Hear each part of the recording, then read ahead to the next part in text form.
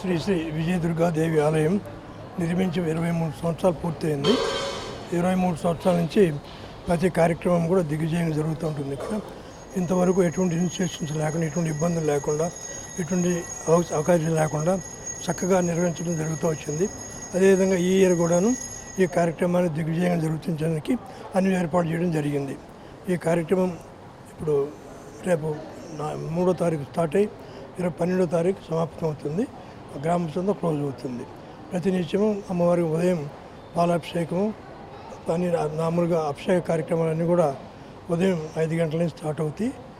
4:30 నుంచి 5 గంటల వరకు స్టార్ట్ అవుతాయి. 5 నుంచి 6, 7 వరకు అలంకారం ఉంటుంది. తర్వాత అలంకారం అయిన తర్వాత దర్శనం జరుగుతూ ఉంటుంది.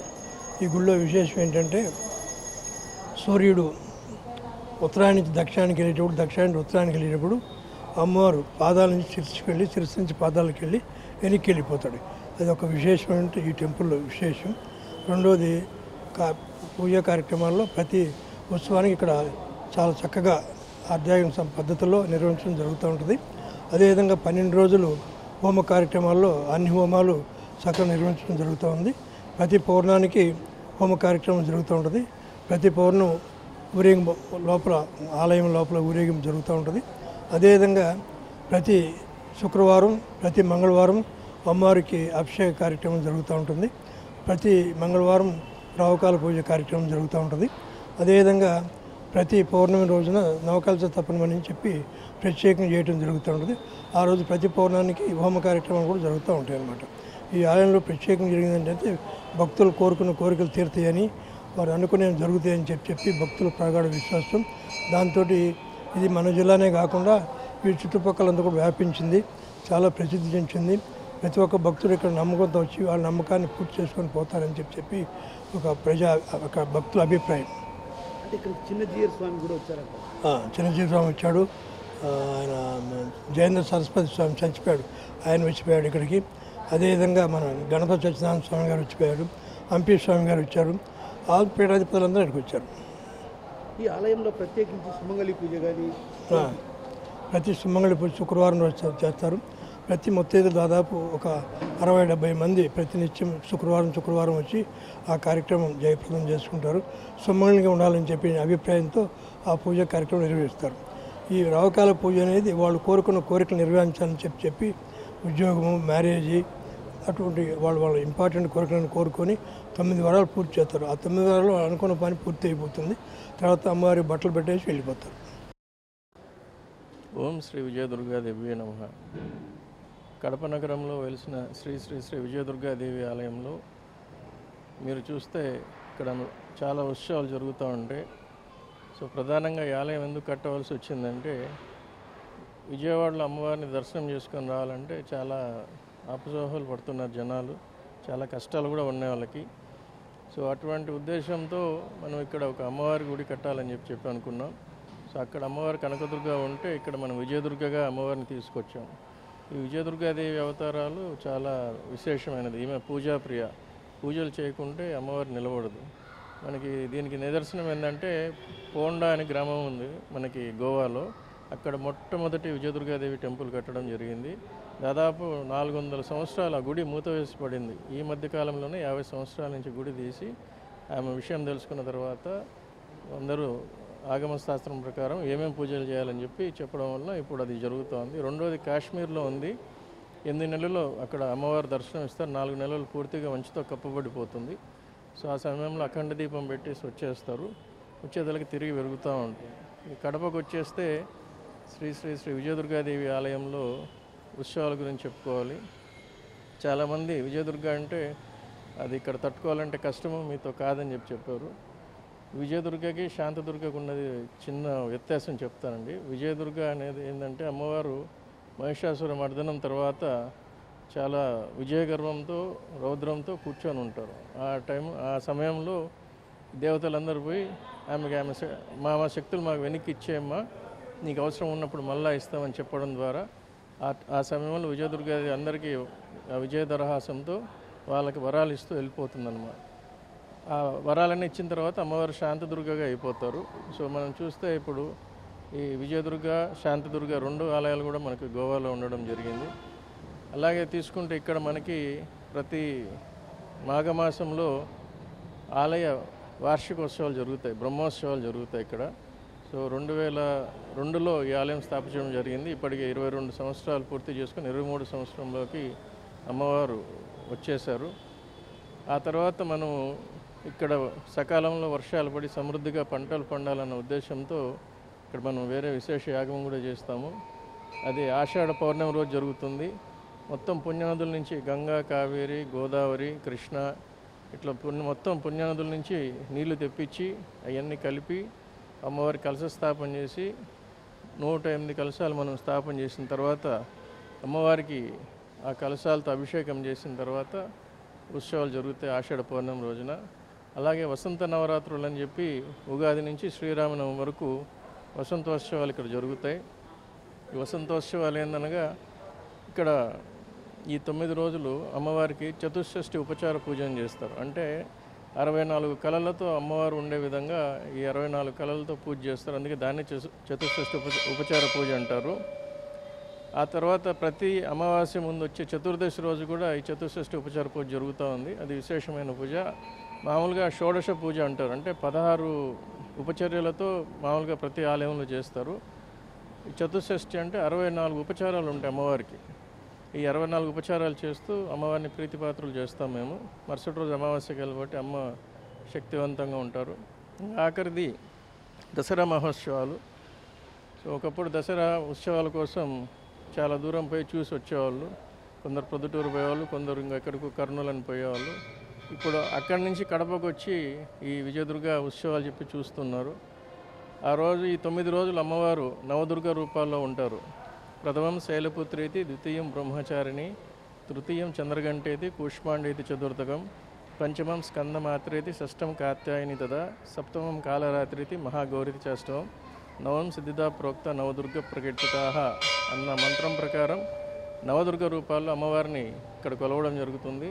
లాస్ట్ రోజు విజయదుర్గాదేవి అలంకారం ఉంటుంది అమ్మవారికి. అటు పిమ్మట ప్రతిరోజు ఇక్కడ చండీ హోమం జరుగుతుంది. అలాగే శ్రీచక్ర మంటపంలో నవవర్ణ శ్రీచక్రార్చన జరుగుతుంది. ఇక్కడ శ్రీచక్రార్చన విశేషం ఏంటంటే దంపతులు కూర్చొని శ్రీచక్రానికి పూజ చేయవచ్చు అన్నమాట. మిగతా ఆలయాల్లో అవకాశం లేదు.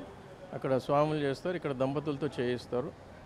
ఈ పూజకు కూడా ఈ మధ్యకాలంలో విశేష ప్రాచుర్యం పొందింది. చాలామంది పెళ్లి కాని యువతులు కానీ ఇంకేదైనా కష్టాలు ఉన్న వాళ్ళు కానీ శ్రీచక్రార్చన చేసుకొని ఫలితాలు పొందినట్టు వాళ్ళు చెప్తున్నారు. అలాగే మనకి ఈ 9 రోజులు అమ్మవారికి 9 విశేషమైన పూజలు ఉంటాయి సాయంకాలం పూట. ఈ విశేషాలు ఏంటంటే అన్నాభిషేకం నుంచి కనకాభిషేకం, పుష్పాభిషేకం, ఫలార్చన, తర్వాత కమలాలతో అమ్మవారిని పూజించడం, ఇలా రకరకాలుగా విశేషమైన పూజలతో 9 రోజులు ఇక్కడ ఉత్సవాలు జరుగుతాయి. ఈ 9 రోజులు మాకు పోలీస్ శాఖ కానీ మీడియా వారు కానీ మంచి సహకారం అందిస్తున్నారు ప్రతిసారి. అలాగే ఈ 9 రోజులు భక్తులకి ప్రసాద వినియోగం జరుగుతుంది. అలాగే మంచినీటి వసతి అంతా ఏర్పాటు చేయడం జరిగింది. తర్వాత విశేషంగా ఆలయం అంతా అలంకరణ జరిగింది. ఈ ఆలయానికి విద్యుత్ దీపాలతో కూడా చేయడం జరిగింది. అటు పిమ్మట మధ్యాహ్నం 3 గంటలకి మనము సమీ దర్శనానికి వెళ్తాము. అమ్మవారి సమీ దగ్గరికి వెళ్ళి అక్కడ పూజలు అందుకొని ఏదైతే అమ్మవారి ఆయుధాలు అర్జునుడు ఆయుధాలు ఎక్కడైతే సమీ వృక్షంలో పెట్టాడో అటువంటి పవిత్రమైన వృక్షం దగ్గరికి వెళ్ళి సమీ సందర్శనం చేసుకొని వచ్చిన తర్వాత రాత్రి 8 గంటలకు నగరోత్సవం ఉంటుంది. కొన్ని వేల మంది భక్తులు నగరోత్సవంలో పాల్గొంటారు. దారి పొడుగున అమ్మవారు ఊరికి ఎరిగింపు అంటారు. ఊరేగింపు అంటే ఊరికి ఎరిగింపు అంటే అమ్మవారు మామూలుగా అందరూ గుడికి వచ్చి అమ్మవారిని దర్శనం చేసుకుంటే ఆ రోజు అమ్మవారికి ప్రతి ఇంటి దగ్గరికి వెళ్ళి దర్శనం కల్పించి ఏర్పాటు చేస్తాము. మన కడపలో వెలిసినటువంటి శ్రీ విజయదుర్గాదేవి అమ్మవారు 2002లో మల్లికార్జునరావు గారు మన యొక్క దేవస్థానాన్ని నిర్వహించారు. కట్టించి కడప నగరం అంతా కూడా విశిష్టత ఆధ్యాత్మికతనంతా కూడా వెళ్ళచాటి అమ్మవారి యొక్క ప్రసాదాన్ని భక్తులందరికీ కూడా పంచిస్తూ ఉన్నారు ఆ యొక్క మల్లికార్జునరావు గారు. మన యొక్క దేవస్థానంలో అందరూ కోరికలు కూడా తీర్చేటువంటి కొంగు బంగారు తల్లి ఆ యొక్క విజయదుర్గాదేవి అమ్మవారు. కడప నగరంలో వెలిసినటువంటి శ్రీ విజయదుర్గాదేవి అమ్మవారికి నిత్యం ఎల్లవేళలా కూడా శరన్నవరాత్రి ఉత్సవాలు, మాఘమాసంలో వచ్చేటువంటి బ్రహ్మోత్సవాలు, అలాగే గురు పౌర్ణమి నాడు జరిగేటువంటి బ్రహ్మయజ్ఞం అనేటువంటి కార్యక్రమాలన్నీ కూడా విరివిగా జరిగి అమ్మవారి యొక్క అనుగ్రహాన్ని భక్తులందరికీ కూడా అమ్మవారు ప్రసాదిస్తుంది. శరన్నవరాత్రులలో భాగంగా ప్రతిరోజు కూడా ప్రథమం శైలపుత్రీతి, ద్వితీయం బ్రహ్మచారిణి, తృతీయం చంద్రఘంటేతి, కూష్మాండేతి చతుర్ధగం, పంచమం స్కందమాతేతి, షష్టం కాత్యాయనేతి చ, సప్తమం కాలరాత్రీతి, మహాగౌరీతి చాష్టమం, నవమం సిద్ధిదాత్రి చ, నవదుర్గా ప్రకీర్తితా అన్నట్టుగా మనకు శాస్త్రం చెప్పబడుతోంది. ఆ యొక్క శ్లోకం ఏదైతే ఉందో ప్రతిరూపమే ఆ యొక్క విజయదుర్గాదేవి అమ్మవారు. కడప నగరంలో ఎక్కడా కూడా జరగనటువంటి ఈ కడప జిల్లాలోనే కాదు, ఆంధ్రప్రదేశ్ రాష్ట్రంలో మొట్టమొదటిగా కనకదుర్గ అమ్మవారికి ఏ విధంగా అయితే జరుగుతుందో అదేవిధంగా ఈ యొక్క కడప నగరంలో, కడప జిల్లాలో విజయదుర్గాదేవి ఆలయంలో కూడా అదేవిధంగా ఉత్సవాలు జరుగుతాయి. ఈ యొక్క 9 రోజులు కూడా భక్తులందరూ కూడా అమ్మవారిని దర్శించుకొని అమ్మవారి యొక్క ప్రసాదాన్ని స్వీకరించి అమ్మవారి యొక్క అనుగ్రహాన్ని పొంది భక్తులందరూ కూడా సుఖ సంతోషాలతో అష్టైశ్వర్యాలతో ఉండి అమ్మవారి అనుగ్రహం చేత అందరూ కూడా ప్రసాదింపబడతారు ఈ యొక్క 9 రోజులు కూడా. అలాగే ప్రతి మంగళవారం నాడు మధ్యాహ్నం 3 నుంచి 4:30 గంటల వరకు కూడా రాహుకాలం పూజలు నిర్వహించడం చాలా ప్రతీతి. మన దేవస్థానంలో అందరూ కూడా ఆ యొక్క రాహుకాల పూజలో పాల్గొని భక్తులందరి కోరికలు కూడా చాలా తీరి అమ్మవారికి ప్రతినిత్యము కూడా వారి కోరికలు తీరిన తర్వాత అమ్మవారికి పట్టు వస్త్రాలు సమర్పించి ప్రతినిత్యం ఉదయాన్నే అమ్మవారికి 5:30 గంటలకు వస్త్ర సమర్పణ అనేటువంటిది జరుగుతుంది. ప్రతిరోజు కూడా 2 పట్టు వస్త్రాలు అమ్మవారికి పట్టు చీరలుగా కట్టి భక్తులు ఎవరైతే కట్టిస్తారో వారందరికీ కూడా ఆశీర్వచనం అనేటువంటి కార్యక్రమం చేత అమ్మవారికి అనుగ్రహాన్ని మనం అందజేస్తాం. అలాగే బ్రహ్మోత్సవాలలో మాఘబహుళ విదియ నాడు విశేషంగా కళ్యాణ మహోత్సవం అనేటువంటిది నిర్వహించడం జరుగుతుంది. ఆ రోజున మన యొక్క కడప నగరంలో అమ్మవారు కొలువుదీరున్నారు కావున ఆ యొక్క మాఘమాసంలో బహుళ విదియ నాడు విశేషంగా కళ్యాణ మహోత్సవం అనేటువంటిది నిర్వర్తించి ఆ రోజున కడప నగరం అంతా కూడా ఉత్సవంలా అమ్మవారు కనబడుతుంది.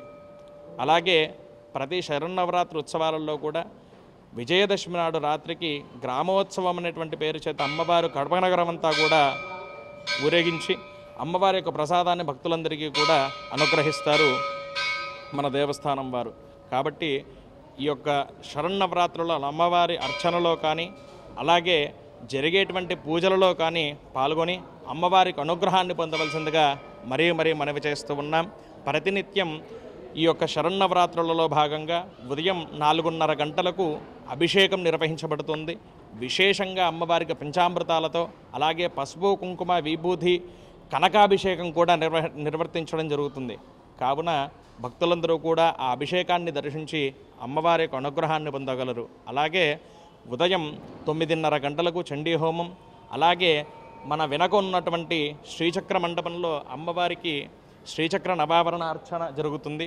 కావున భక్తులందరూ కూడా ఆ యొక్క అర్చనలో పాల్గొని అమ్మవారి యొక్క అనుగ్రహాన్ని పొందవలసిందిగా మరీ మనవి చేస్తూ ఉన్నాం. ఉభయందాతులని ప్రతినిత్యము కూడా శరన్నవరాత్రులలో 12 మంది ఉభయందాతలు ఉంటారు మన యొక్క దేవస్థానంలో.